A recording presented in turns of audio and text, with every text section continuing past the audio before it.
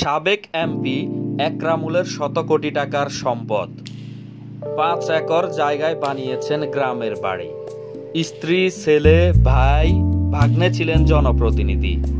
নিজের ও পরিবারের নামে করেছিলেন স্কুল, বাজার ও সড়ক।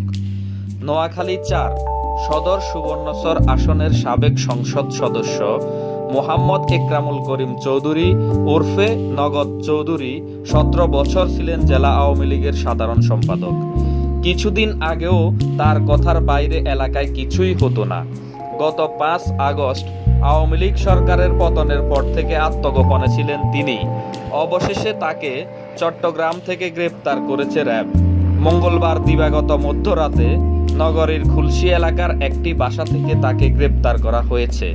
অভিযোগ রয়েছে, ৪ বারের এমপি একরামুল গত ১৫ বছরে অনিয়ম, দুর্নীতি আর বিপুল অর্থ সম্পদের মালিক হয়েছেন। কাগজে কলমে ৩২ কোটি টাকার সম্পদ থাকার কথা তিনি বললেও আসলে তার সম্পদ শত কোটি টাকার ওপর। তার বিরুদ্ধে আরও যেসব অভিযোগ রয়েছে তা হলো, যেখানেই ভোট সেখানেই একরামুলের স্বজন। অর্থ সম্পদ বাড়ে রকেট গতিতে। নোয়াখালী, চট্টগ্রামে নগদ চৌধুরীর রয়েছে পাঁচটি বাড়ি। নগদ টাকা বেড়েছে ১৫৮ গুণ।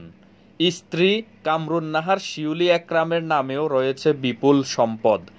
একরামের ছিল টেন্ডার ও চাঁদাবাজির সিন্ডিকেট।